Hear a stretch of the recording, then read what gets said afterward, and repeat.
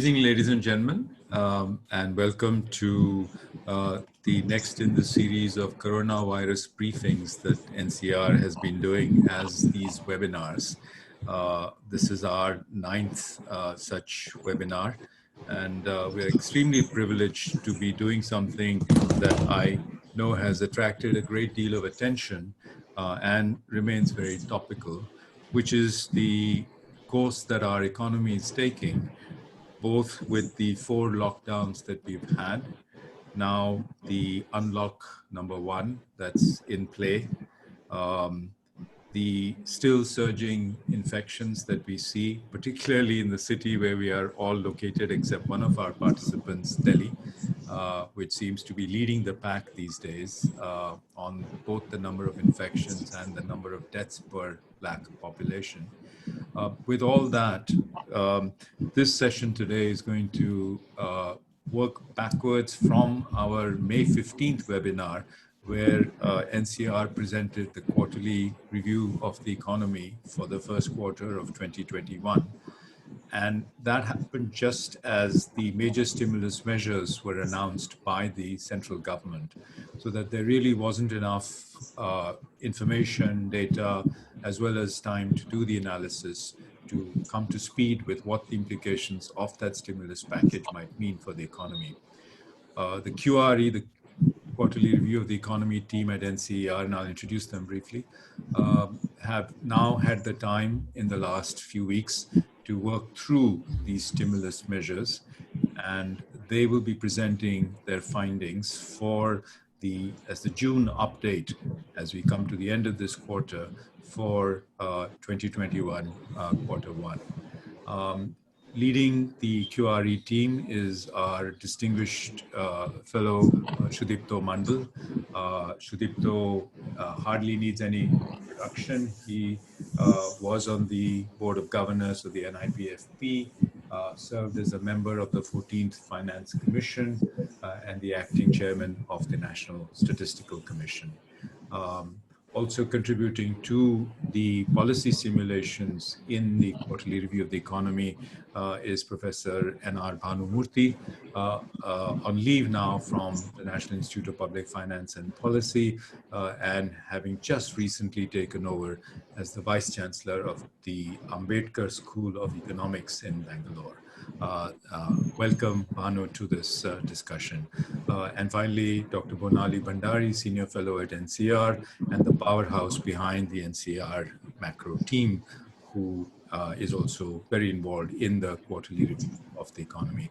We have 2 distinguished guests with us, and we are extremely privileged to have them. We thank them for joining us. Shankar Acharya, Honorary Professor at ICRIER in Delhi, our sister think tank, and prior to that, a member of the 12th Finance Commission, the Prime Minister's Economic Advisory Council, on the Securities and Exchange Board of India, and a huge number of other very important positions, as well as an academic and a researcher in his own right.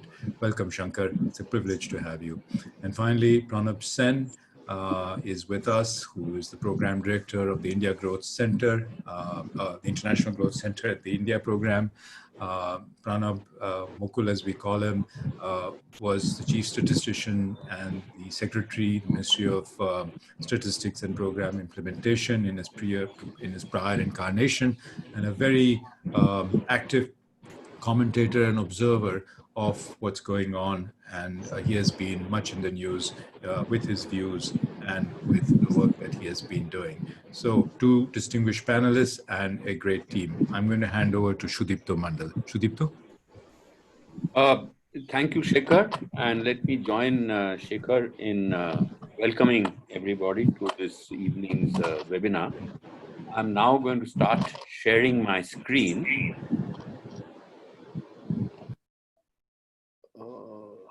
While you're doing that, I should just tell all our participants, and we've crossed 125 now. If you do have questions, please use the Q&A box that's on your screens. Those will appear on our screens as well, and we will certainly have time at the end to answering those questions. Over back to you, Sudipto. Yeah. So I want to say that even though there are just 4 or 5 of us present in the panel here, the work that we are presenting today has a very large team behind it, and you can see all their names on the screen right now. And of course, with tremendous organizational support on the administrative side, they are also there on the screen.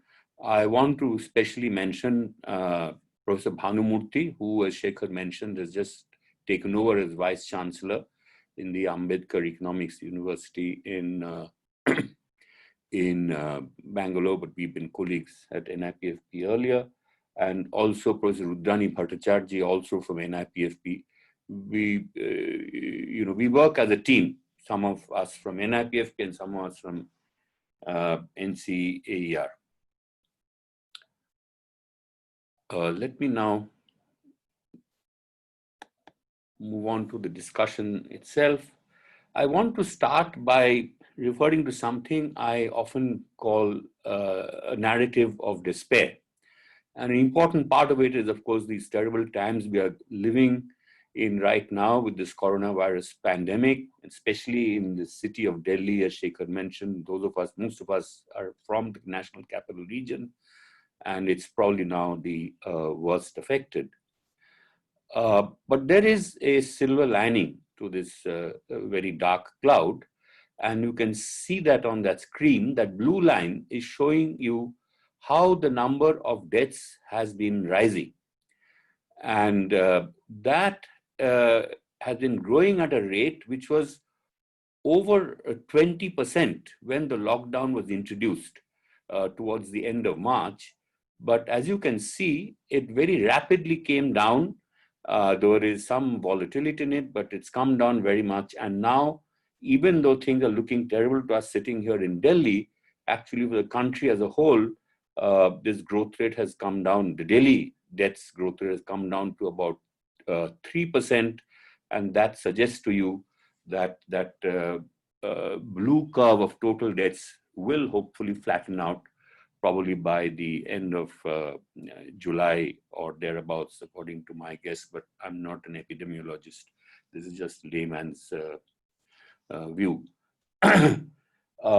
The other aspect of this narrative of despair, of course, is the huge economic shock that hit the country because of the lockdown.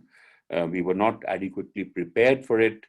And in that economic shock that we received, it really knocked the bottom out of the economy. And our assessment is that probably for this quarter, our GDP is down by about 25% compared to the same time last year. But again, on the positive side of this rather despairing situation, is that contrary to the prevailing narrative, actually the government has done quite a lot in terms of both fiscal as well as monetary stimulation to stimulate demand. And we'll come to those details later. Now, how that will actually impact growth is not very clear because it very much depends on what is the supply side response to this. And we can't do standard forecasting given this kind of shock and structural break that we've had. But we've looked at a few scenarios which are internally consistent. And that is what we are going to start with in the presentation. So we will have first this policy stimulus simulations, which we presented to you by Professor Bhanumurthy. Then Dr. Bornali Bhandari will walk us through the trends, a deeper dive into the economy, the real sectors, agriculture, industry services, business sentiments, price trends, what's happening to trade, and so on.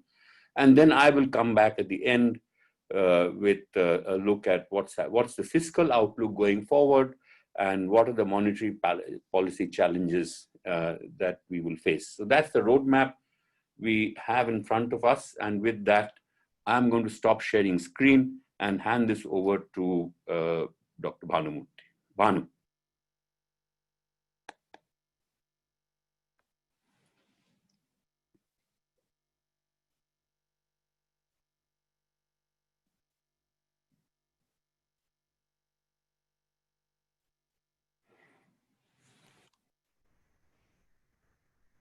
Bhanu, you're muted. You need to unmute yourself, Bhanu, please.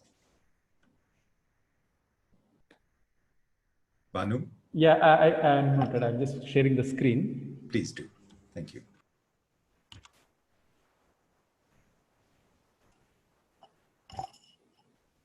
Can you see? Yes, we can. Oh, we'll in a second. Yeah.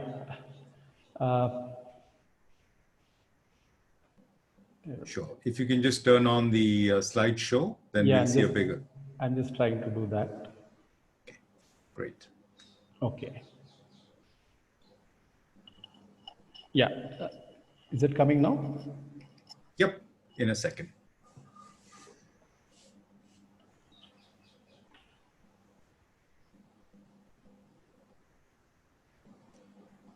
No, it's still showing just the individual slides. If you can do the slideshow, that'll be great. I'm trying to do that.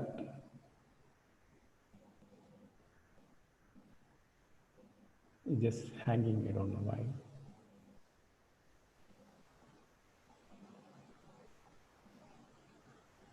Is it coming now? Yep. Yeah. Very good. Thank you. Yeah, thank you. Thank you. So it's indeed a privilege that I'm part of this quarterly review of economy of the NCAER. As Dr. Mundle pointed out, so what we are trying to do here is we are trying to look at some of the assumptions that we made, for the quarter as well as for the whole year.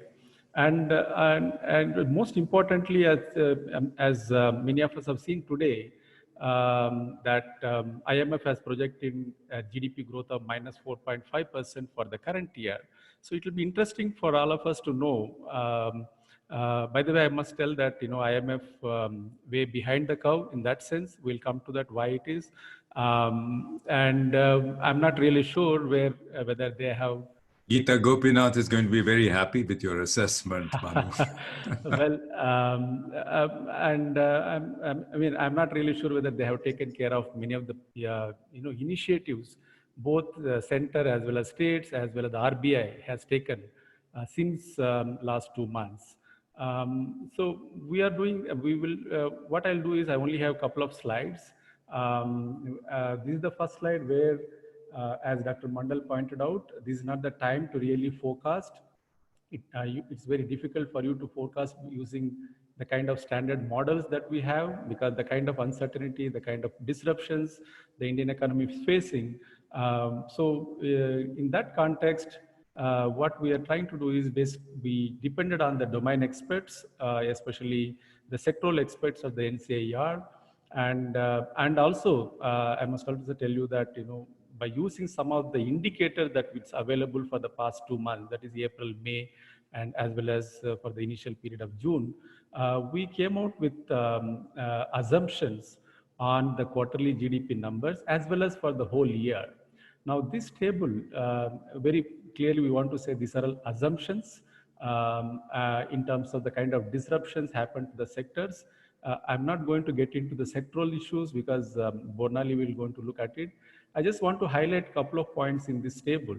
If you look at in the May round of our presentation, we said that last quarter of 2019-20 GDP growth would be 3%. Now the press release that we got recently, it actually said 3.1%. We are very close to that in that sense. And for the whole year, we presented a growth of 4.1% for 2019-20. Now it's very close to that again, 3.9%. I just wanted to highlight that. For the first quarter of 2020-21, we're expecting a GDP growth to decline by almost a quarter, that is 25.7%. But what is most interesting is that what would be the GDP trends going forward? Again, if you look at the last row where we are saying that the recovery is going to be a gradual recovery. And by the way, Dr. Shankar Acharya, he also written in Business Standard, the curve, the GDP growth curve is almost similar to that, where we are expecting a recovery to take place in the fourth quarter. We expect that there will be positive growth of 0.5%. And again, it's largely because of a low base in the Q4 of 2019-20. And clearly, we are suggesting that it's not going to be a V-shaped recovery as many government economists were suggesting. We are going to see some kind of a very different shape. By the way, Shekhar, actually, if you look at yesterday's IMF presentation, the curve of the recovery was almost similar to what we are presenting. Like she used the word swash, and I'm saying it's going to be smoking pipe shaped recovery. So it's almost same to that. We're getting very imaginative, aren't we? Yes.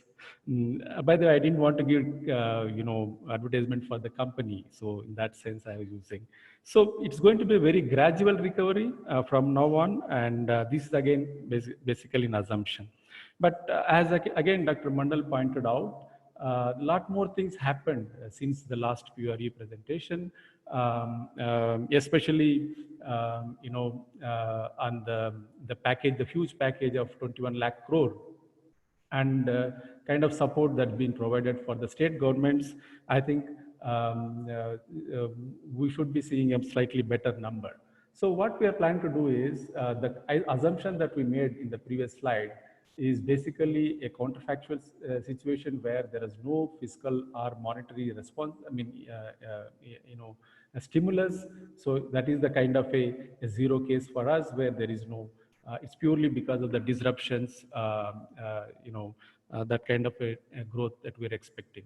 So, so here we are more interested in what is the impact of the Atmanirbhar Bharat package, and again there are some more measures that have been taken by the RBI as well as the state governments. In fact, I think in the fiscal chapter, I'm sure Dr. Mundle is going to speak about it. We are actually estimating a fiscal stimulus of almost 11.7% of GDP, especially when you are assuming GDP of 200 lakh crore. We're expecting a stimulus of almost 11.7%. I think the breakup may be presented. In fact, I have some breakup where the central government stimulus would work out to almost 5.6%. The state government stimulus, if at all, whatever the space that is being provided, the state government stimulus is expected to be something like 4.8%. And so overall, it comes to 11.7% if you add 1.3% stimulus that has been provided in the Atmanirbhar Bharat package. In fact, there is some more, like in terms of the liquidity measures. We have seen how the support was being provided to the MSME sector. I think the whole in the Atmanirbhar package, the credit guarantee is one thing, the major item I think one needs to analyze, and its impact on the overall GDP growth. So here we use a policy simulation model, again as Dr. Mundle highlighted, hinted that this policy simulation model we have been using for quite some time. The current version of the policy simulation model we have used for the 15th Finance Commission. If anybody is interested in the technical details, the report is there on the 15th Finance Commission website, and I think I'm not going to get into details of that. So here in the next slide, what I'm going to do is that we try to present the simulation results, where we assume that in the base case, all the stimulus packages that have been given. And at the same time, we assume that there are no supply constraints. Most of the things we are expecting that it's going to be demand driven, and assume that there are no supply constraint, and then what would be the impact on the GDP growth. But having said that, I also want to highlight that because the COVID-19 as well as the lockdown, it has actually disrupted the supply chain. I think that is the point we are making in this report. The supply disruptions are equally or maybe more than the demand disruptions. So that kind of assumption may not be really realistic. So what we do is that in the third set of results, we allow the supply disruptions in the model and see what would be its impact on other macro variables like inflation, current account deficit, and all those things. Now, so this is the result that we have. So the headline thing is that, if the government as well as RBI can manage to push all the resources that have been made part of Atmanirbhar package, as well as other measures like increasing the state government borrowing of additional borrowing of 2%, and as well as the 8% additional liquidity that is being provided for the investments purposes, especially for the MSMEs, agriculture sector, and all those things. And in addition to this, I want to remind, because if you look at even before the Atmanirbhar package, the government has actually increased the borrowing program from 7.8 trillion to 12 trillion rupees, even before the Atmanirbhar package. So the base case actually includes all these measures in addition to the increase in borrowing of 4.2 trillion. So in this case, we're expecting that the GDP growth to recover sharply from what minus 12.4% to 1.3%. I think I'll spend a minute on this. This kind of sharp recovery is happening because, when you look at in our assumptions, when we made minus 12.4% dip in the GDP growth in the no stimulus situation, we expect that the revenues also pro rata declines, and actually that will have larger impact on the capital expenditure first, and then on the revenue expenditure of the government. So I think that is the reason why we are seeing a large dip. Now, for the same reason, when the central government increases the borrowing program to cover up the revenue losses, we see that the recovery happens on the capital expenditure as well as in other expenditures. And in addition to that, as in our model, the monetary stimulus actually pushes the private investments. And I think that's the reason why there is almost a swing of something like 13 percentage points from minus 12% to 1.3%. So I think that is the story that we have. And it will also, in this situation, inflation should be close to, below RBI target of 6%, and fiscal deficit would be 7.6. By the way, this is the general government fiscal deficit. It is not just central. It is basically center plus state. In our model, we work on the general government because we want to understand the overall fiscal impact. In the next case, what we do is that scenario 1 to scenario 4, we basically introduce a supply constraint.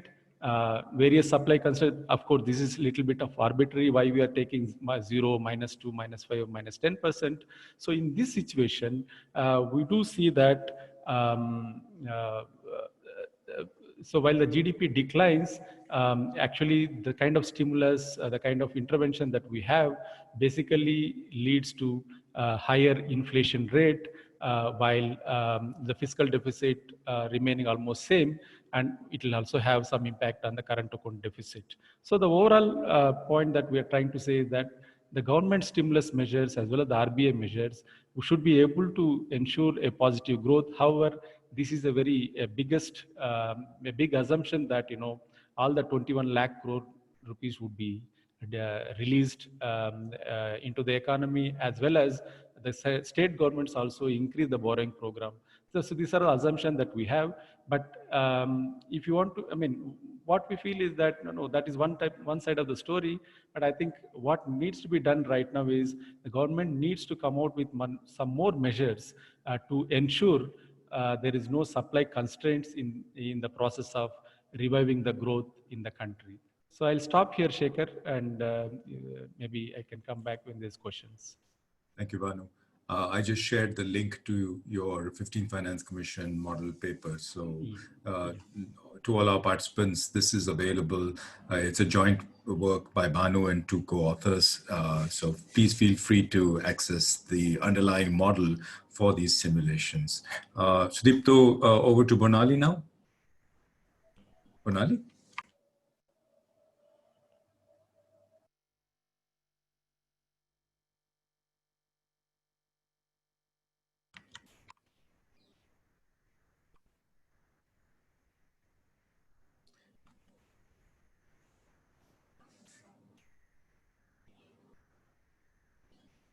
Yeah. Yes. Good evening, and thank you for attending this seminar in the evening. So I'm going to cover the real economy performance and trends here. And the focus is actually on the available lead indicators from April and May 2020. But the target is also to link it up with the previous trends that we see over the last couple of years and quarters. The key message that there are two key messages that I want to emphasize here is, firstly, the economy was already slowing down even before the coronavirus pandemic came on to us in March. So that's the one key story. And the second key story is that we have that you will see as you see the leading indicators that there's a deep dive. In April, the economy suffers much more. But in May, there is some recovery, but still, that's because of relaxation of the lockdowns in mid-May. But still, overall, we see that the economy has suffered a very negative shock overall in both April and May. So given that, we first start with is the GDP growth since, and what the first thing, it's very striking, the picture is almost clear that there's a sustained decline in GDP growth since Q3 17-18. Both annually and the annual and the quarterly trends confirm that picture. So that's the thing, and GDP growth actually fell down to 3.4% in Q4 19-20. And as Dr. Bhanumurthy mentioned, that we had actually forecasted GVA growth around 3% for the Q4. So we even with little data, we managed to get that part right. And so that gets me to the main key point, is that how did we actually come to these assumptions? And I just want to spend a little time here on this slide. We basically, what we did is, as Dr. Mundle and Dr. Bhanu have already pointed out, that it's challenging without any numbers, without key numbers, and usual techniques are unavailable to us, because usual forecasting techniques and even nowcasting techniques wouldn't have worked, where normal economic links would have broken down. So in that case, what we did is we used a slightly different approach. We we used a subsectoral approach, and given that we are NCR, again, I'm not advertising for NCR, but given that we have, we reached out to mostly experts within NCR and also outside, who have done work across in these sectors based on their previous work of analytical models, therefore insights, and some relationships. So based on that, we developed an understanding of how each economy would have suffered given the 4 lockdowns, or given in April, in May when we were doing this, given the 2 lockdowns. And based on that information, even we could understand like the economy would probably open up in June or mid-June. So we sort of modeled that into our assumptions. The second thing, as I said, we went a deep dive into sectors and subsectors. Like within manufacturing, we looked into 4 key sectors separately. We tried to understand that whether each subsector would have been affected by the lockdown in a positive or a negative manner. That's true about services sector. One of the things that was clear that the public administration sector wouldn't have had negative shock. The IT sector actually might have benefited positively because they could continue working from home, and also because the demand for online services, of course, increased. So we did a deep dive into each subsector, and then from the bottoms up, we did a weighted average of to understand what would be the impact on GDP, at least in the first quarter. Based on that, what we estimated or what we projected in April was that there would be negative 25%, approximately negative 25% fall in GVA in Q1. In June, based on our leading indicators, whatever was available, when we looked at the numbers, we didn't change our assumptions for most of the sectors except for agriculture, where we revised our assumption upwards from 0 to 3%. It changes the growth rate only marginally, the assumption marginally. But what we find is that overall our assumptions have remained same between May and June over the 1 month. So, Bernardi, just wanting to make sure that our colleagues participating in this are seeing your slides. Is there, Mohit Satyanand, I see a comment from you that you couldn't see the slides. Can you see them now? I just want to make sure. Mohit?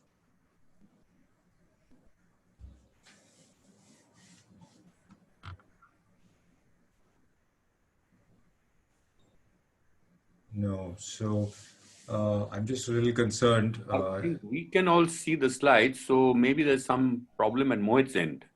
Could be, could be. I'm going to just... I can certainly see Shekhar. Yes, no, we can all see. I just want to make sure. So why don't you continue, Bornali? I will work in the background with our team to make sure that everybody can see. Thanks a lot. Please go ahead, Bornali. So that was a story. That's how we came to the assumption of disruptions in Q1, GVA. So the now what we do is we sort of look at the supply side of the economy, where we look at agriculture, industry, services, and we try to examine is again, the focus is on the lead indicators. But a very quick point on agriculture is that agriculture is one of the positive growth stories that has come out. It has shown 5.9% growth in the fourth quarter of 1920. When we look at the Southwest, when we look at the monsoon is obviously very important for agriculture in India. And when we look at the distribution of rainfall for the first 22 days, we see that majority of the subdivisions in the country have received either normal to excess rainfall. So I think that's the good news. Even otherwise, the availability of seeds and fertilizers is enough. Our water storage reservoirs are 170% or slightly more than what was last year. And even pests and diseases, despite the presence of locusts, seem to be below the economic threshold level. So overall, we forecast a 3% growth in GVA, gross value added, for agriculture for both the first quarter and the remaining year. So that was the agriculture side, and I think that's the only positive story that you will see, unfortunately. Well, the second is, as I said, on the supply side, we look at industrial growth. Industrial growth is, again, it is evident, the industrial growth had actually already started happening since 15-16. It fell from 9.6% to 0.9% over this last 5 years. And even the quarterly growth rate, as you can see, that from Q4 17-18, we have had fall in growth rate. And in Q4, it was negative 0.6%. And for Q1 2021, as I said, when we did a subsectoral deep dive, where we actually came to something off the chart, which is an estimated decline of negative 54.2% in Q1. This was, as I said, this was based on our experts, consultation with experts, and based on the numbers. And we didn't have any reason to change our numbers between May and June, because as you see from the IIP, IIP manufacturing fell by 55.5% in April, and IIP general fell by 64.3%. There are a couple of points that I just want to add here. Is though we are talking on the supply side, but there are some, when you do look at use-based manufacturing, you can get some indicators which are sort of mixed signal, which can be taken as signals for both the supply and the demand side. And especially when you look at IIP consumer durable goods and non-durable goods, what we find is consumer durable goods almost fell by almost negative 100% or negative 99% in April. Consumer non-durables fared slightly better. It was around negative 36%. And part of that, we can explain that because consumer non-durables goods, some of those would actually fall under the Essential Commodities Act 1955. So that would have been kept operational despite the supply constraints. When we look at, so that can be the C part of our GDP equation, GDP equal to C plus I plus D plus X minus M. Another one that could be taken as a signal on the demand side is the IIP capital goods and IIP construction and infrastructure goods. And again, there capital goods fell by almost in negative 90, more than negative 95% in April of 2020. But capital goods growth rate, IIP capital goods growth rate has been in negative territory for almost the last 1 year or more. So investment scenario in India continues to be very pessimistic. So both supply and demand indicators suggest a very negative scenario based on IIP. Then we come to services sector. Services sector, also we see a very sharp decline. It is slightly lesser than manufacturing. The decline partly is, again, as I said, when you do a deep dive, some sectors like public administration, health, IT sector would have continued functioning from work from home, whereas sectors like trade and tourism, especially tourism, hotels and restaurants, would have suffered a very large negative growth. We are very lucky. One of our experts is actually the tourism expert. Dr. Purnam Manjal is NCR faculty who helped us model this and has worked on tourism satellite accounts. So we try to understand how each sector is going to understand the impact. And here also in the services, in the report itself, you'll see that we also introduce a supply constraint. We introduce the idea of supply constraints, where if supply constraint has a negative, decided negative impact on GDP, on GVA. And again, that's modeled through, that's been modeled previously, and those estimates are used here to understand the impact of supply constraints. So overall, what we find is for the whole year, there's a negative 16, for the first quarter, there's a negative 16.3% fall in GVA. And for the whole year, we estimate there's going to be negative 8.2%, as, of course, this is without the fiscal stimulus and so on and so forth. What we find when we look at lead indicators based on cargo and passenger traffic and other traffic, aviation traffic, what we find is, again, as I said, it's very clear. There's a deep dive in April, and there's some marginal recovery in May. But despite that, growth rates on a Y-on-Y basis continue to be in negative territory. And air passenger traffic fell by negative 99.8% in April, not surprised because the sector completely closed down. Cargo traffic was marginally lower, but continued to operate for emergency reasons. So that's it. So both, the main point always is that if you look at cargo traffic movement, whether by railways, whether by ports, major ports, or aviation, all of them are very negative on a year-on-year basis. So services, at least some of the indicators confirm the story that we have talked about so far. On the trade side, it's again a very similar story here, that both exports and imports of goods and services, both goods and services have actually fallen in April, and then again we see some marginal recovery in May.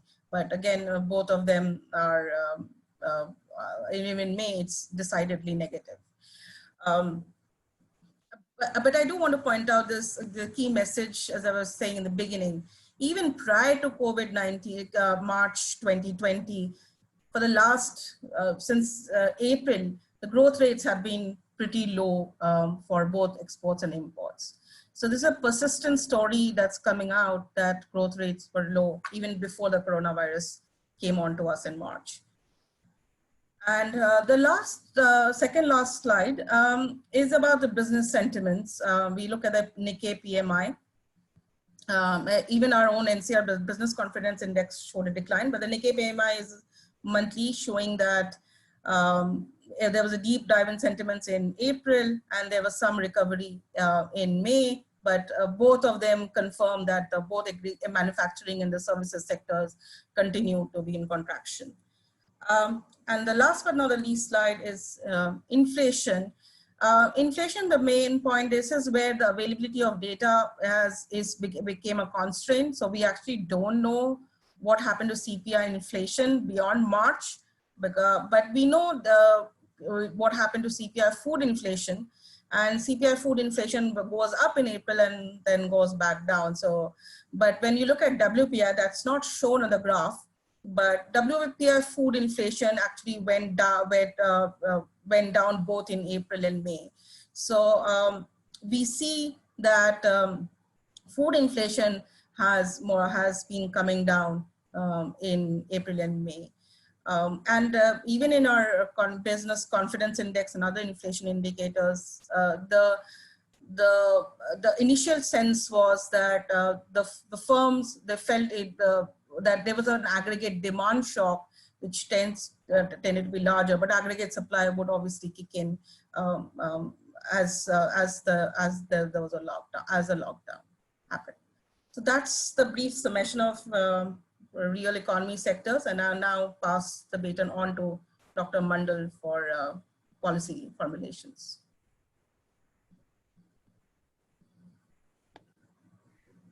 Thank you, Bornali. I'll now start sharing my screen. Sudipto, just a time check while you're doing that. We are at about 40 minutes into the program. So let's just make sure that we have time for the rest of it. Thank you. Yeah, we are actually running quite a bit behind time. So I'll try and very quick. Well, let me start with, as I mentioned, I referred to this narrative of despair. And one of those aspects of that was that the government has not done very much. And this came with the, when the Atmanirbhar Bharat package was introduced. Soon after that, because it came from the finance ministry, everybody thought that this was a fiscal package. And then journalists and columnists quickly got into an analysis of it and found that actually the fiscal component was quite small. And here you see on the screens the total stimulus package. And I'm not including in this items which are, sort of reform items which are of medium to long-term relevance. I'm just including those which have actually some fiscal or monetary implications.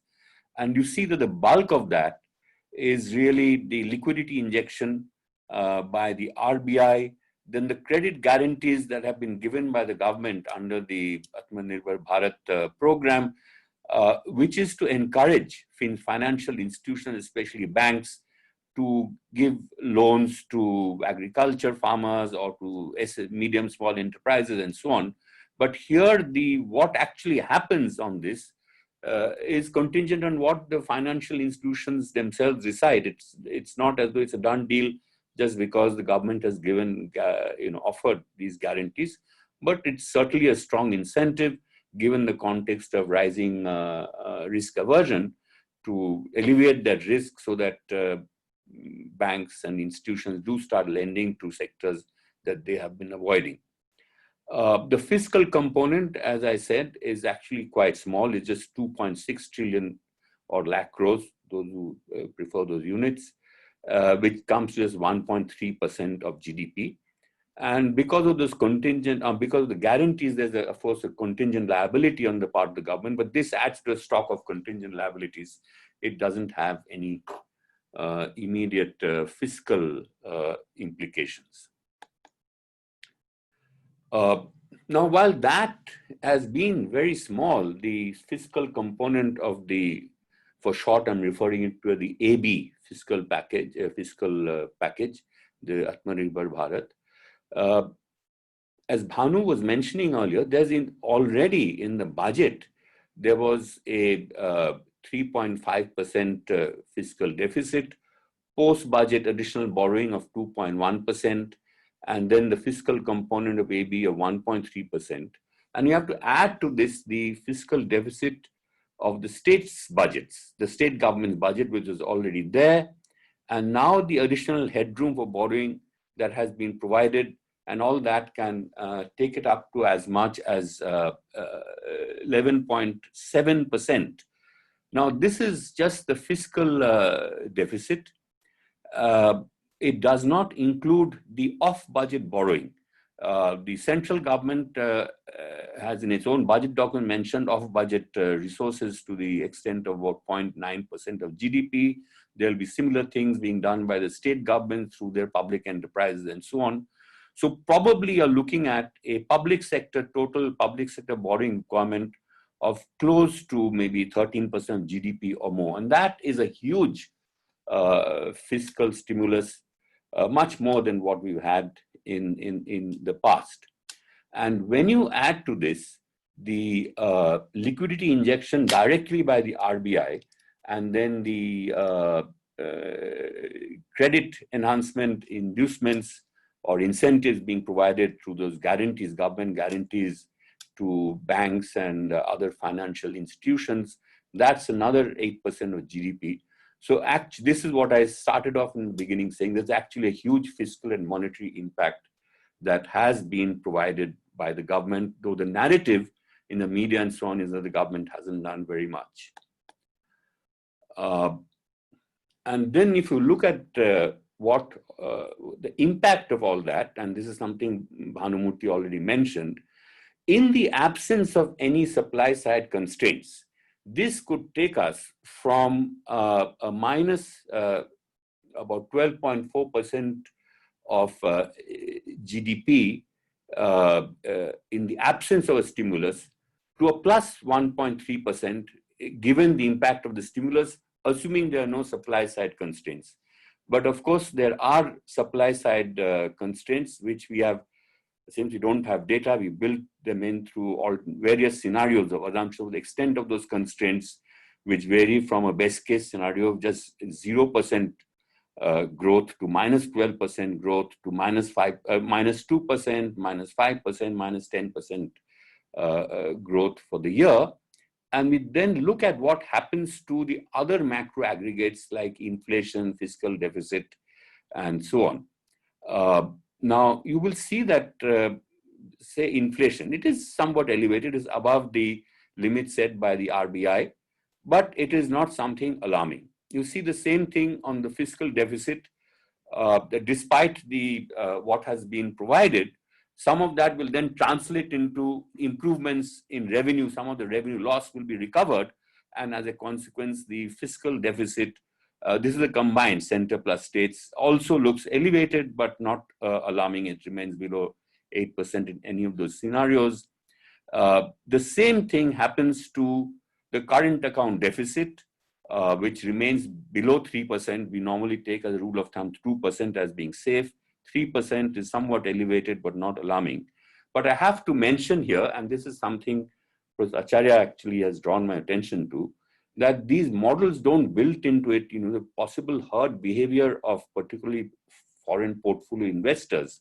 And if you suddenly got a panic among them and there was sharp acceleration in the withdrawal of capital, that could really have quite a destabilizing effect. Let me now move on to the monetary side of the story. The RBI has actually done a lot. Just in the past 3 months, the policy interest rate has been brought down quite sharply from over 5% to just 4%. And as you can see, that is tracked very closely by the short-term government papers, such as the 91-day Treasury bill or the 394-day Treasury bill. But when it comes to the long-dated securities, the 10-year G-Secs, you can see the red line over there, that has hardly come down very much. So the transmission has been weak. You see this also, I don't have time, so I'm not going into different segments, different types of banks, the weighted average lending rates and so on. That also shows that there's been some decline, but not anywhere commensurate with the kind of decrease in the repo rate.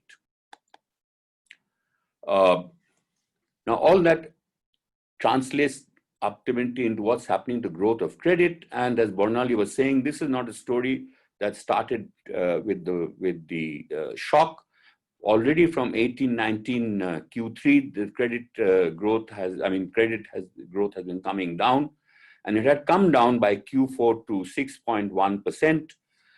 Now it has got much worse, because if you look at what's happened during this year, that is between 26/4/19 and 24/4/20, that is 24th of April, you find that in most cases it is lower, actually in all cases lower, and in some cases which are very, very important, like micro small industries and medium industry and so on, it is actually negative. So the transmission not happening, the credit growth has remained is actually declining. And particularly this is a problem for the medium small enterprises and non-bank finance companies. The banks are just refusing to lend to these segments, but they are the ones that keep the MSMEs going. And I've given some evidence there, like the targeted long-term repo operations, the second one for 25,000 crores, only half of it was subscribed. So there is rising risk aversion to lending, not just to non-bank finance companies, but also to the MSEs themselves. On top of that, what has happened now following the shock is that MSME borrowers themselves are also very cautious about borrowing, but they don't know whether they can actually service those debts. So credit flow to MSMEs has virtually died up. And what has dried up and what they need really are those guarantees. And as I mentioned, that has indeed been provided under the AB program, government guarantees for MSMEs and RBI partial credit guarantees for medium, small enterprises.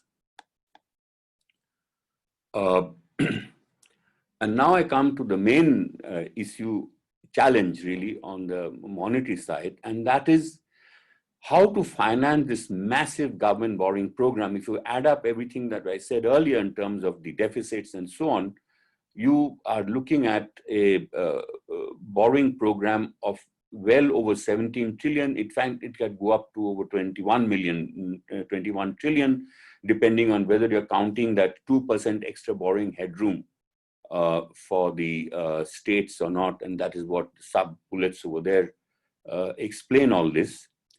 Now, government borrowing on this kind of scale is just unprecedented in India. We've never had this, and it's not clear at all where our financial system, which has already been under great stress for more than a couple of years, can actually cope with this.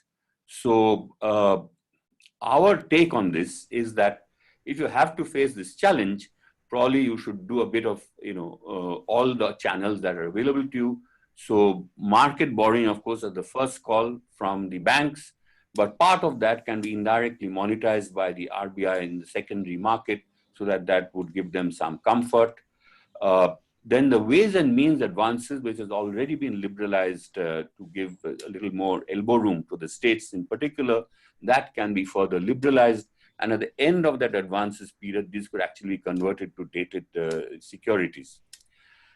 Finally, and this is unavoidable, that agreement between the government and RBI may have to be, there must be forbearance on that for some time, and you may have to directly monetize some of this deficit with RBI directly acquiring government paper through private placements. Finally, this big scale of borrowing, I mean, maybe just the next 7-8 months may not be enough. And maybe some of this program will have to be spread into the next financial year in order to help the recovery of the economy without sacrificing on financial stability.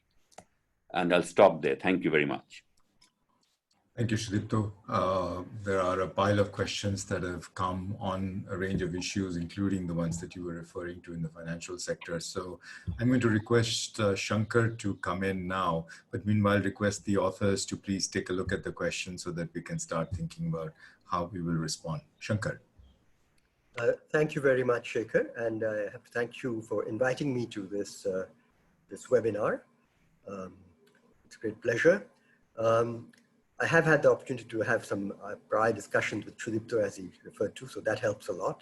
Let me, I think you've given us commentators or discussants something like 10 to 12 minutes. Am I right? Yeah. So yes, please go ahead. So if when I'm at 10 minutes, just tell me and I won't go over the other additional 2, please. Okay. I think it will well be worth the additional 2 minutes if you can give them to us. So please go ahead.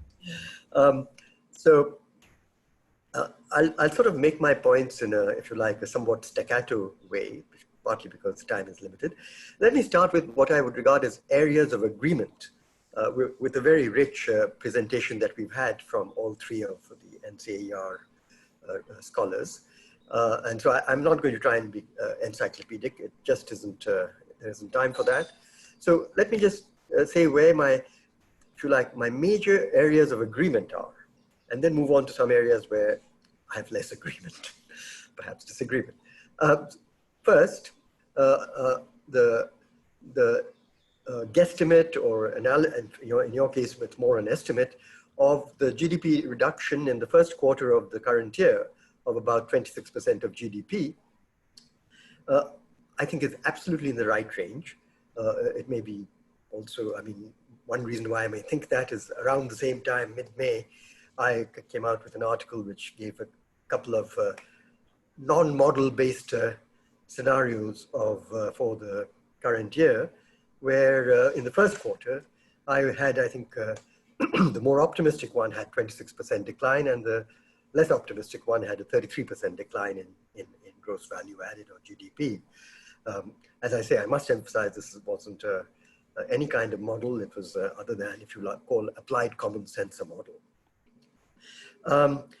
It's worth emphasizing that the other people who came out, the few who did talk about quarterly projections as distinct from annual projections, lots of people have come out with annual projections, but to the best of my knowledge, there are not that many who've come out with a first quarter projection other than NCER and myself.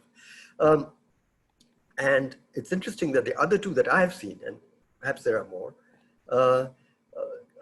by CRISIL, also 25%, and Goldman Sachs, if I can remember correctly, an extraordinary 45%. And after that, how they get to 5% for the full year is a great magic, which makes Goldman Sachs famous. Second, where I'd agree very much with Sudipto and company, I specifically mentioned Sudipto because this relates to the fiscal side, where he's very much the dominant author, that whether you call it fiscal stimulus or simply refer to it as the combined deficit of the center and states, and there can be a conceptual disagreement there. I'm basically, once again, in the same ballpark. Indeed, I think if we can hold the combined deficit at something like 12%, which is the number minus the PSBR element, I mean, minus the PSU element, which is what is, I think, 11.7 was, I think, the exact number in the NCAER model. And let's call it 12% of GDP.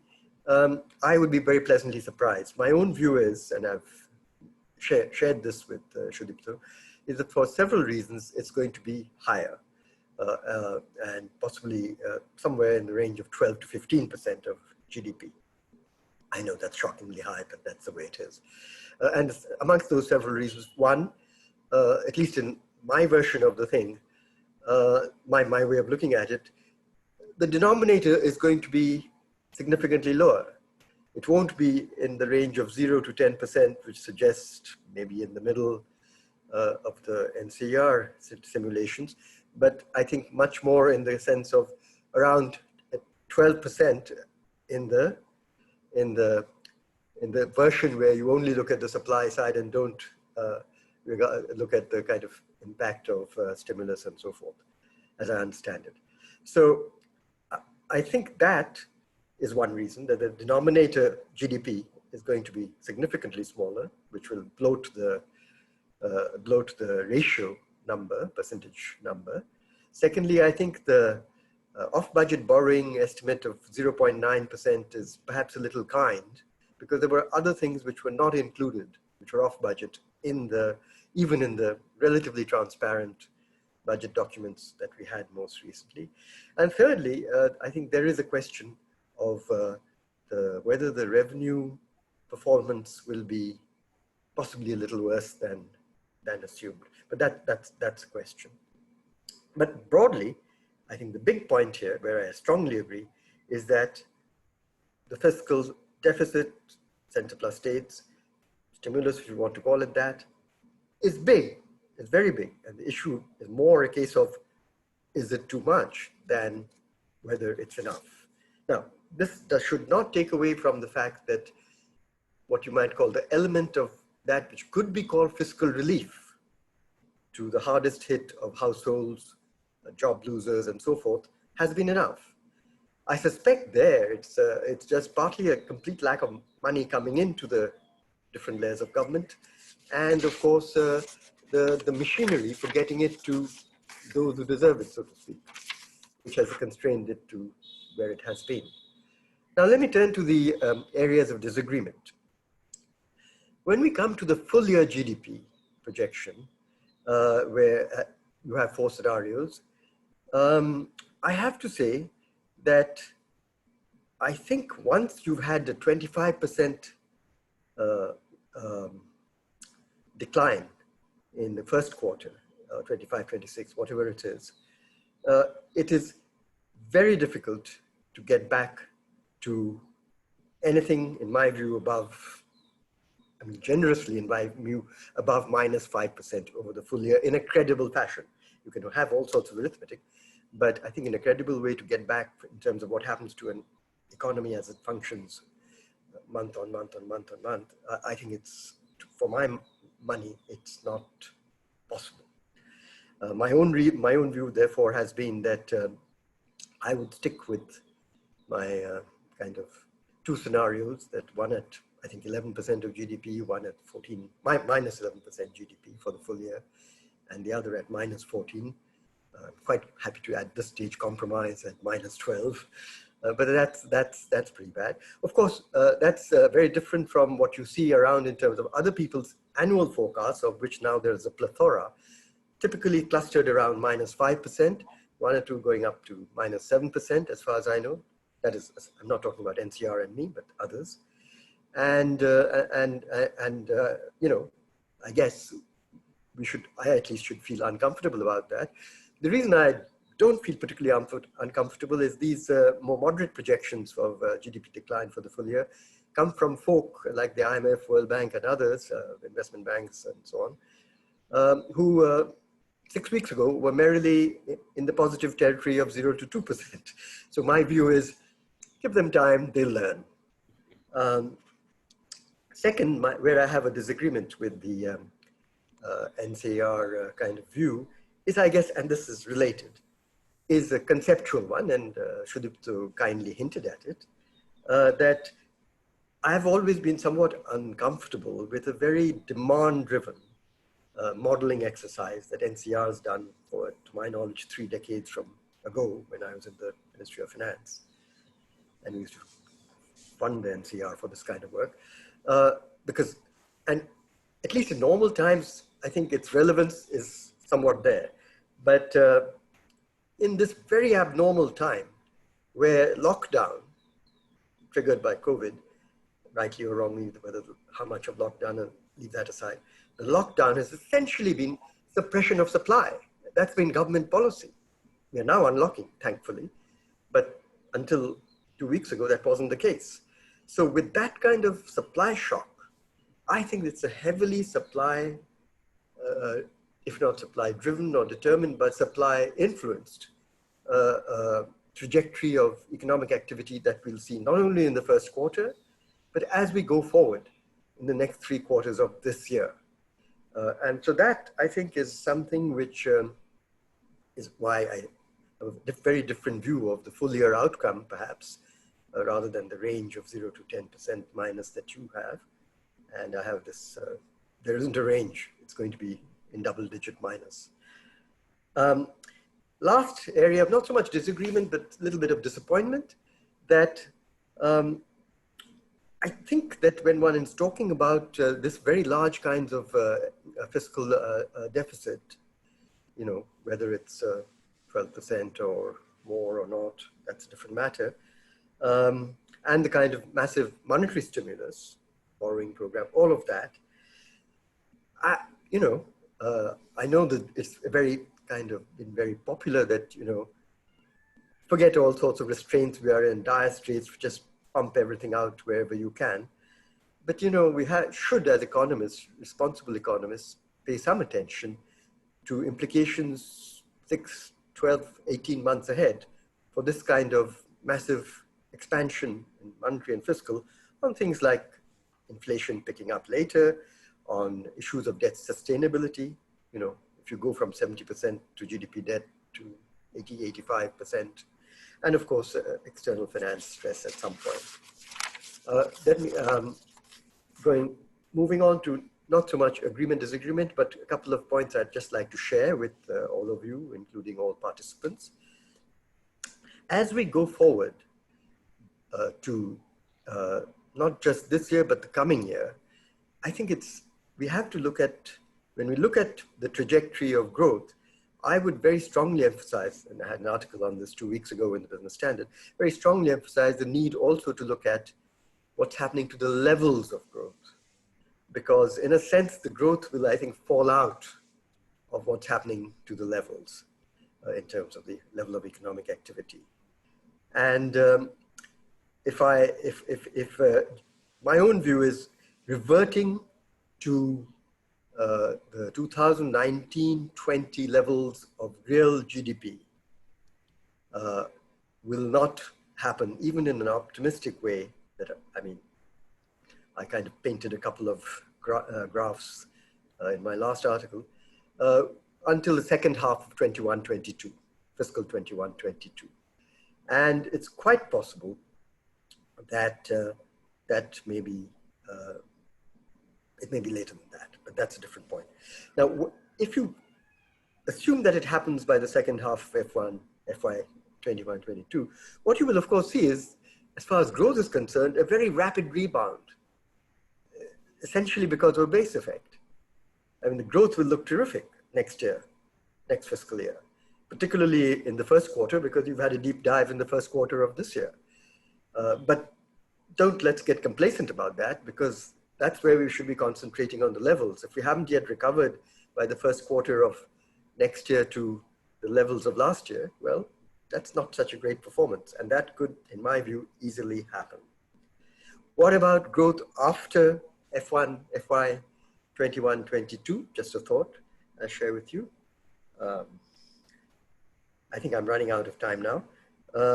Well, you're fine, Shankar. It's okay. Then I'm going to have I try to be so disciplined that I'm going to run out of interesting things to say. I think it will depend hugely what happens after FY 21-22 on policies, both macro, trade, and sectoral, that are undertaken or pushed during the course of the next 20 months.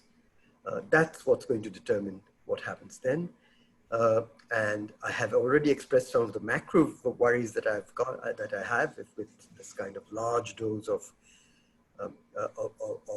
fiscal expansion and monetary expansion that we've seen, for good reason perhaps. But our historical record in reining these back after such expansions, we know is not terribly good. So that's one set of worries.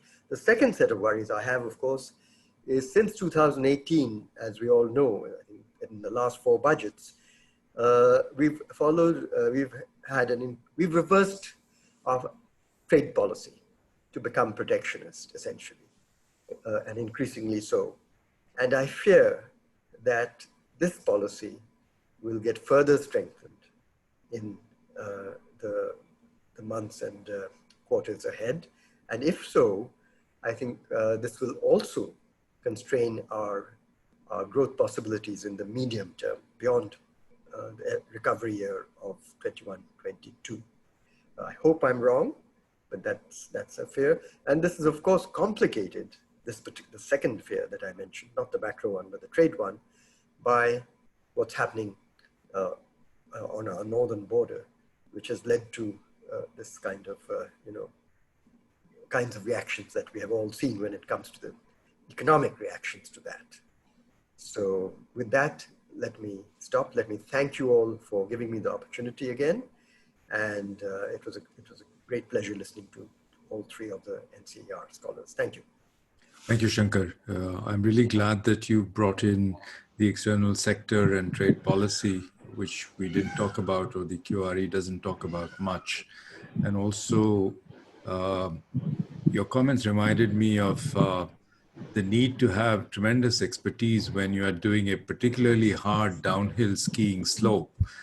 You can easily pick up speed as you go, but then braking and coming to a halt or negotiating the curves is really where people are tested. And I suspect that our economy and our policymakers are going to be similarly tested as we come down this slope with the massive velocity that we hope will be needed and will be built up. But I think it's going to be very important to know how to negotiate these turns and these twists and then be able to stop. With that, let me turn to Pronab Sen for his comments, and then we'll open it up for discussion. Mukul? Well, thanks, Shekhar. And thank you for inviting me for this. I will make up for time that Shankar has taken up. So I will be very brief. I will not dwell on what I agree with. I will go straight to what I disagree with. I think that's more productive both for NCAER as well as for the audience. Okay, what do I disagree with? A couple of things.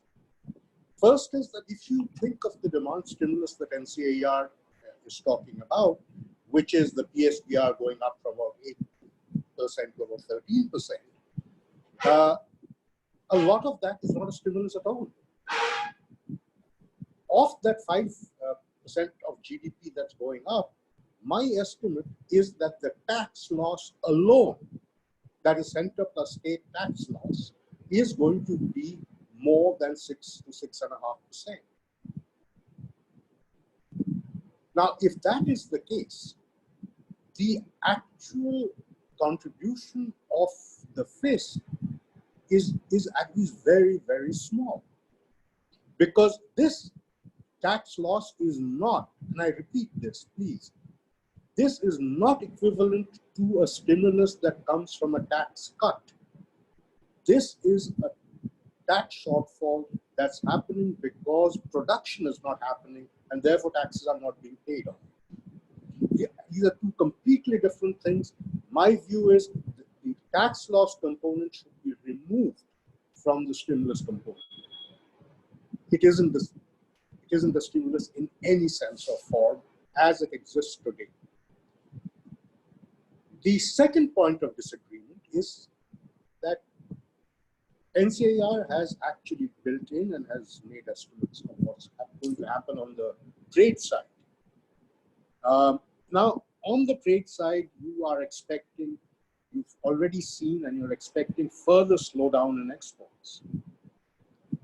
Now, that really depends on what happens to global trade. If exports continue to go down, as I suspect it will, because a lot of countries are really now just beginning the process of their economic slowdown, then that's going to have an additional dampening effect on the Indian economy. Now, these two are fairly strong influences. And after factoring it in, I actually come very close to what Shankar was talking about. What I'm getting for the year is actually exactly what Shankar's midpoint was, which is 12.5% minus.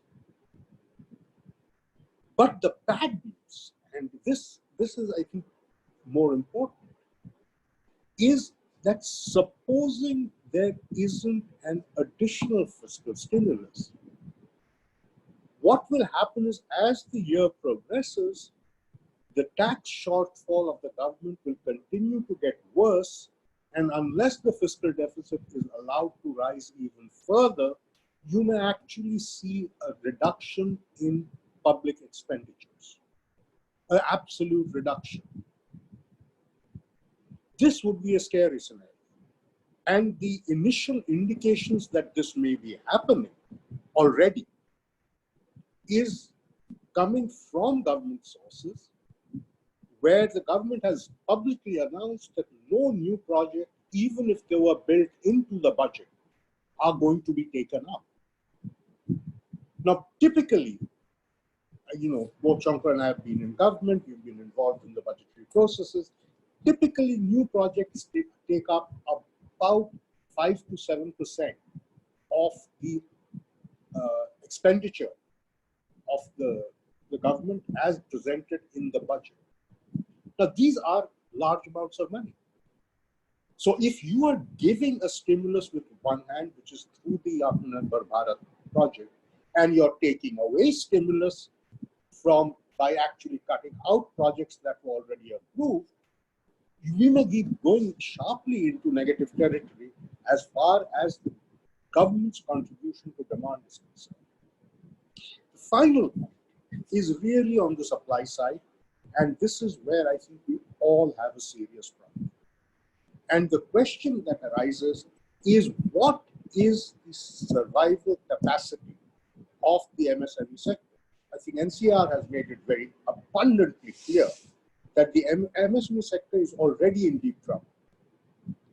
The question is, if negative growth continues for an extended period of time, what proportion of our production capacity will simply die and would become very, very difficult to replace?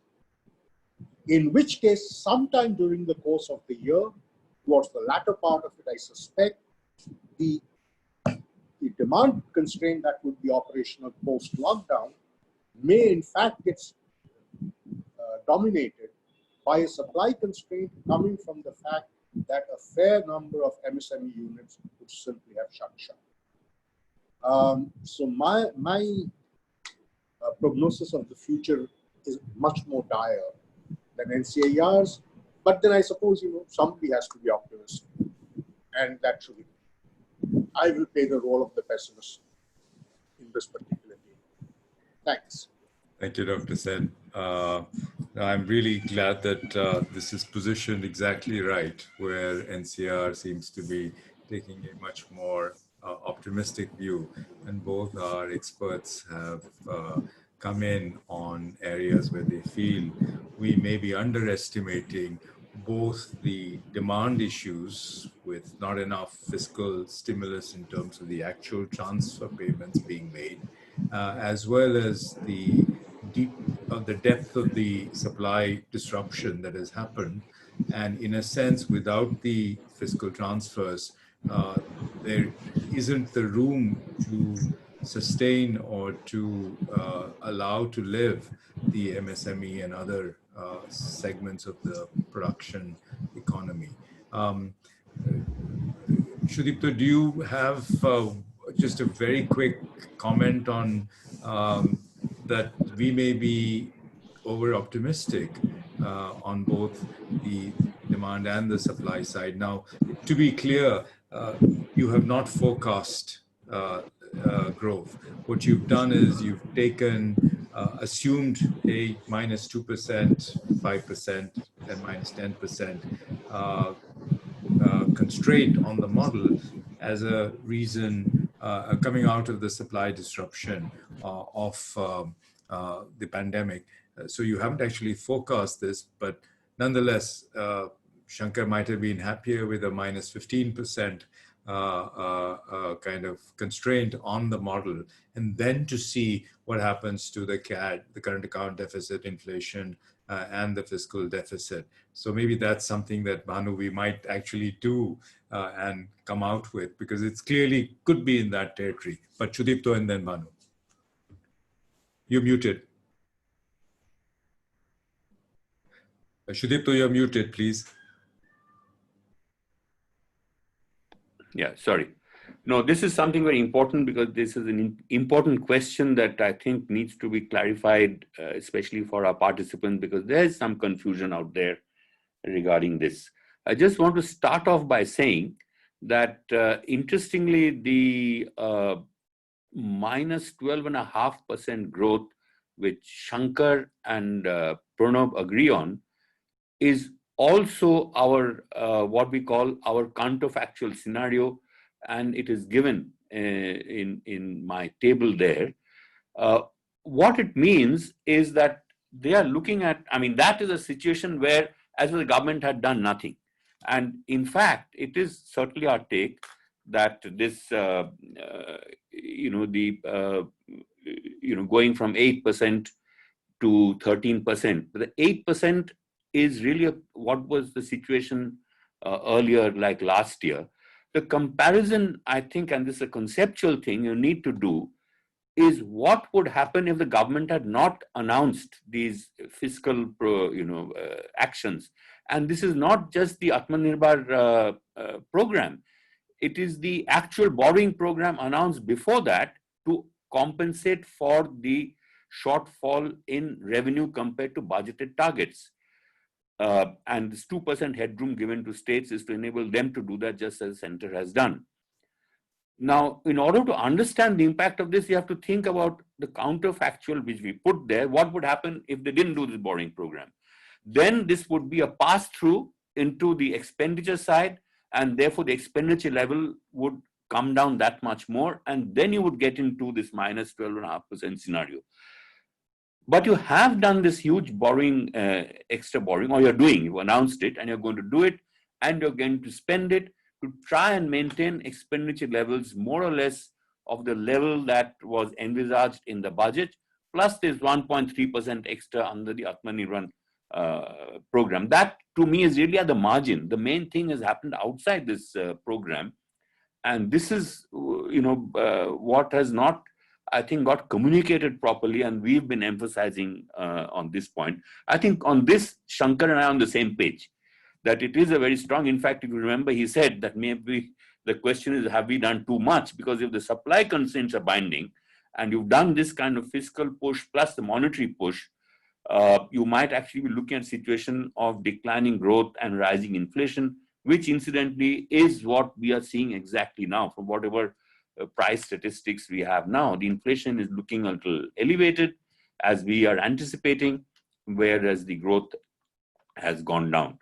So on this, on the conceptual thing, I think what Shankar is saying is very much along the line that we are saying, that these things, the borrowing introduced to offset the shortfall in revenue is actually a stimulus if you compare with a counterfactual where you didn't do this borrowing.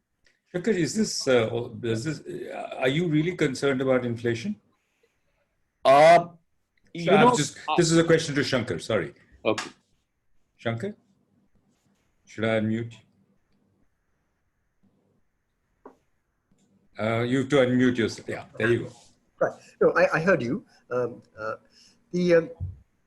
As I thought I'd said, that I don't say that inflation will turn upwards suddenly. I'm just saying that when you have done so much pumping up of liquidity, I'm just sort of thinking like old-fashioned, Milton Friedman. If you pump up M1, M2, M3, whatever it is, at some point, the thing is going to not yield more output, but it's going to go into prices. Mm-hmm. And so I fear, and now if you kind of reverse all this suddenly, you of course have other risks that it may not happen. But I just think that that's, I feel like disappointment was kind of acknowledgement of that problem. If you want to reassure us after that, that would be fine. Would have been nice. I mean, whether it came to, kind of the macro dynamics of inflation and also debt sustainability, mm-hmm.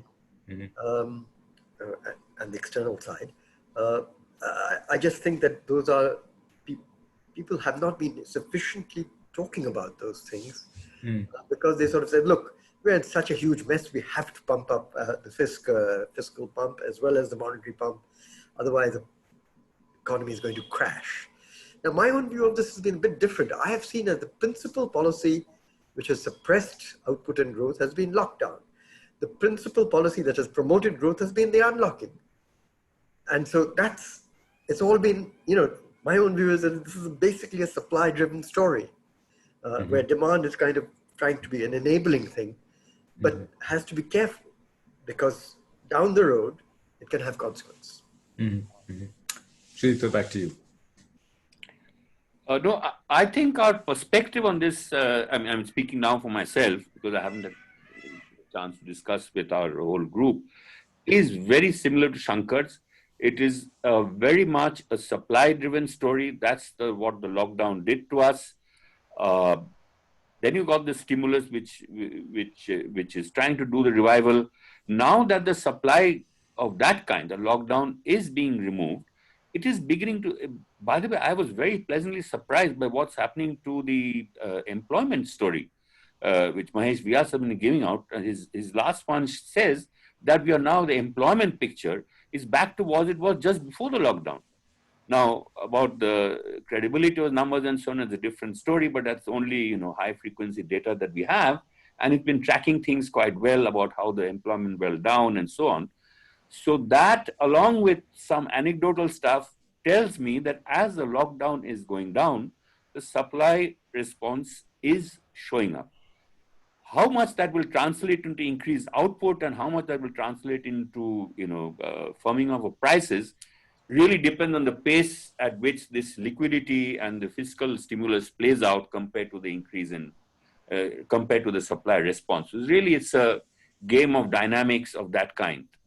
Sudipto, there's a sense in some of the questions about, is our financial sector robust enough to actually take advantage of the kind of push on guarantees and the push on lending that is expected from them? And do we run the risk there again of skating on very thin ice, given all the problems that we already inherited prior to the pandemic? And Mukul, if you want to come in on that as well after Sudipto. In fact, Shekhar, my greatest worry is exactly that. The huge burden of this, if you will, the push, fiscal plus monetary, is so much on the banking sector, which was already very, very bruised. And you now want them to do lending of the order of something like 17 to 21 trillion rupees. It's a huge burden, and we've never done this before. So I think there is no option, in my view, but for the RBI to come in and do some of this direct monetization, just pick up some of the government paper. Also, and this speaks to something Shankar was saying, that instead of trying to do all this year, if they could spread it out between this fiscal and next fiscal, yes, maybe the recovery will be a little less, but at least the medium-term instability risks that we are obviously facing now are going to be somewhat moderated. But this, to me, is the biggest worry. And the other one is how the external portfolio investors are going to behave, because if there's a sudden stop on that front, that could make life even more difficult for us. And the trade policy risks that Shankar also pointed to, where we have become increasingly protectionist, and indeed the very title of this revival program or recovery program gives some people great concern. Pronab Sen? Well, as far as the ability of the financial sector to really pick up the baton and run with it, the RBI has given a lot, the government supported it. The fact of the matter is that the sectors that NCAER has rightly identified as those which are the worst affected are also the sectors the banking sector doesn't actually address. And the relationship between the banks and the NBFCs is now fraught. I mean, that's something that has to be addressed, and has to be addressed now. Because if the banks cannot will not lend to the NBFCs, MSMEs, construction will simply not get the funds that are meant for them. And this, to my mind, is a huge danger. So you've got RBI supporting the NBFCs, but doing so outside of the banking sector, right? I mean, this would have been an opportune time for RBI to force the banks to sit down with the NBFCs and get into a co-generational model. Now, they're not doing that. And my fear is what we are going to end up getting is a large monetary stimulus, which translates into a lot of money for corporates and practically no money for the non-corporates, which means we are looking at a very, very large shift in income distributions in the country in the adverse direction. And this I find scary and ideologically unacceptable. Do any of you want to speak about the tremendous paucity of data that is suddenly I mean, we've always had struggles with this, but now we are literally just picking up whatever little thing we can. For example, this whole issue of the registered companies versus the MSMEs that are not registered. So the Ministry of Corporate Affairs does have its database for the registered companies, but we know so little about what's happening to the non-registered companies, and perhaps we really have to, and MOSPI has to move into, and this is of course your past ministry, Pronab Sen, but we really have to move into the kind of, for example, surveys that the Census Bureau in the United States is doing of small and medium companies, just doing a very high frequency survey that allows us, and this has to be telephone surveys because we can't do field surveys right now. And that has another complication. How do you get the telephone numbers? But anybody want to speak about the data issues here that are severely constraining the ability to do serious work? Well, Shekhar, let me just come in since you have cited my past. This has been on the cards for a while. The whole problem lies in the fact that... By the way, Mukul, can I just say to all my participants, we are at 8 o'clock. I realize we are now going over, but this is such a useful discussion that I will request your indulgence, and perhaps we'll take this for another 10 minutes and then we'll stop there. So Mukul. All right. Yeah.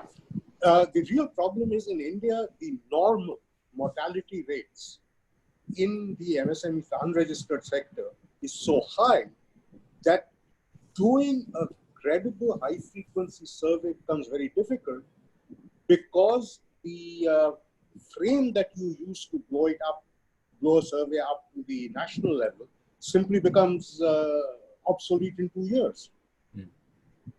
Now, this is at the heart of the data problem. And until we lick this, unless we get, in America, small units die relatively faster than the large units, obviously, but nowhere at the pace they die in India. And that does create a serious problem. I don't think there's an easy answer. Shankar? I wonder whether from the governmental side, and of course Pronab can educate us as perhaps why it can't be done, but question I ask as a layperson, I'm no statistician, why is it that someone like CMI can generate almost contemporaneous employment data based on surveys?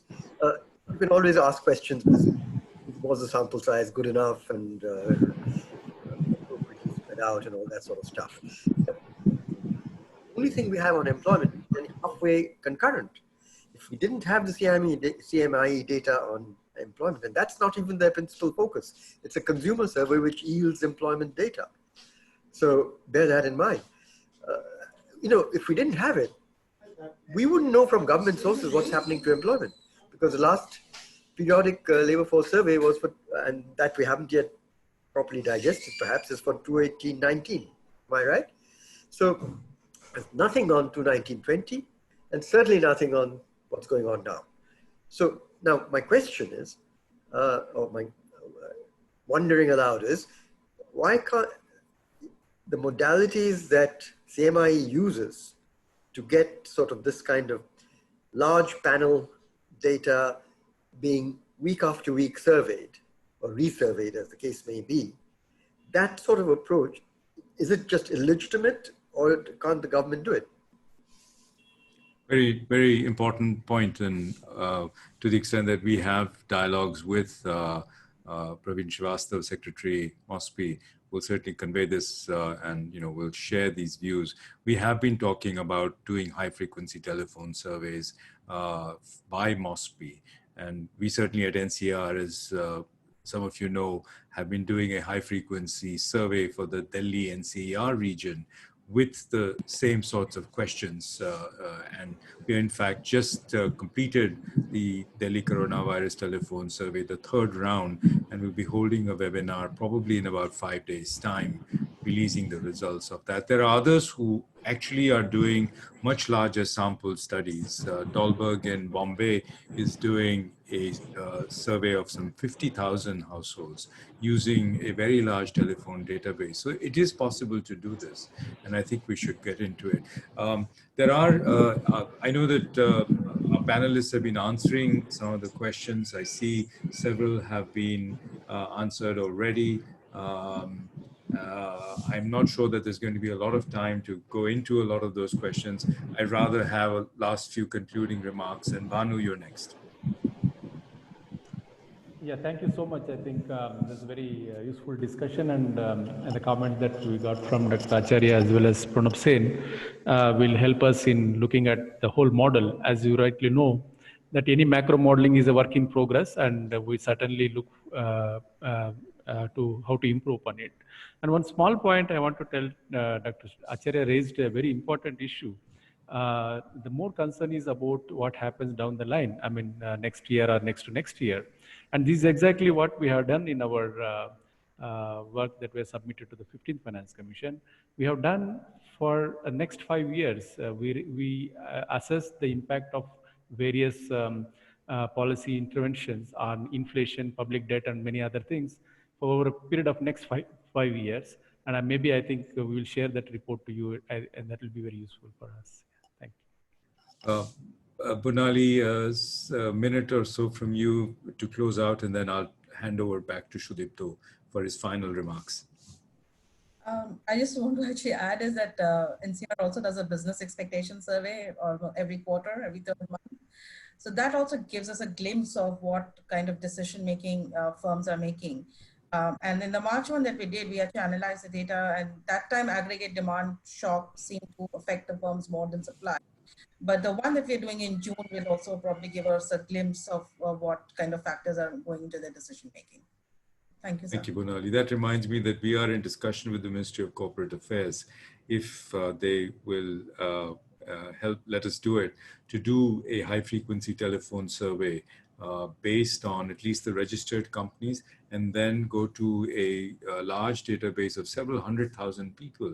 This is a telephone listing that does exist in India, and we are looking at the possibility of doing a survey of unregistered firms to the extent we can find them, to be able to put the two together and have a good distribution of the size of firms so that we can get a sense of how they are coping with this. Sudipto, and then we'll close out. Sudipto, mic, please. This has been a very interesting discussion. At the end, let me draw out what I think are concerns or risks which we all share, both Shankar and Pranab, as well as those of us on the NCR team. The big worries. The first one is that while we feel that a lot has been done on the fiscal and monetary side and so on, what has been missing is the humanitarian kind of support for the really vulnerable groups. Very little has been done in terms of income support for those groups. Of course, there are huge administrative challenges and so on there. But I just interrupt you because you triggered a thought. We didn't speak about the universal basic income ideas that have been floating around. So if you have a minute, just say something about that as well. It's a huge subject.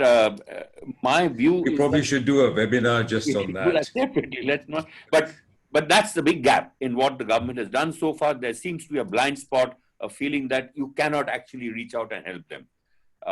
But I don't believe that. Most of us don't believe it, and really that required more effort. This is a big problem. And because this is raising misery in a way that is unimaginable for most of us in the middle class. Second, this rising mortality of the MSMEs, Pranab also focused on this. This is a big worry. I think there's already been very high mortality, and we are going to see more going forward, despite the credit guarantees and so on that have been given. And this is a big problem in the medium to long term, because these guys are already hit very badly by demonetization first, and then a poorly managed rollout of the GST, and then there's a third whammy on them. The third is this huge load on the financial sector, which we have talked about. I don't think they just have the capacity to deal with this. And despite whatever effort is made by the RBI and so on to pick up, some of the government paper directly and so on, I think we are going to see more blood on the ground, especially in the financial sector. And that's the last thing we needed this time, because they were very badly affected anyway. And my fourth worry, which I've mentioned before, is if in this situation, you have a sudden stop in terms of external capital flows, that's going to be the last nail in the coffin. So on that rather somber note, let me stop. Thank you, Sudipto. And I might just add one more somber note, that the sudden stop could also come from a resurgence of infections with changing weather and other sorts of things, and could lead to then deeper concerns about what could then be the supply shock when you shut down again, or feel that maybe the only thing we can do. But I think being somber is one thing. At the same time, I think being wise and cautious is related to being somber. So with that, let me draw this to a close. Let me first thank all our participants who've joined us. I think we hit close to maybe 200. And really, that's a testament to both the team that put up the quarterly review of the economy for this June update, and also, most importantly, our two distinguished guests, Shankar Acharya and Pronab Sen. We will be continuing this series. Indeed, I could just announce that next week, on the 30th of June, we will be discussing the universal basic income idea. Karthik Muralidharan, who has been working on this very substantially, will be leading the discussion. And we hope to delve into some of the things that Sudipto said he really finds lacking in the current situation. Again, thank you all for joining. I wish you all a good evening. And of course, the recommendation to please stay safe, use your masks, and look after yourselves well. With that, let me end this webinar. Thank you all again for joining. Bye-bye.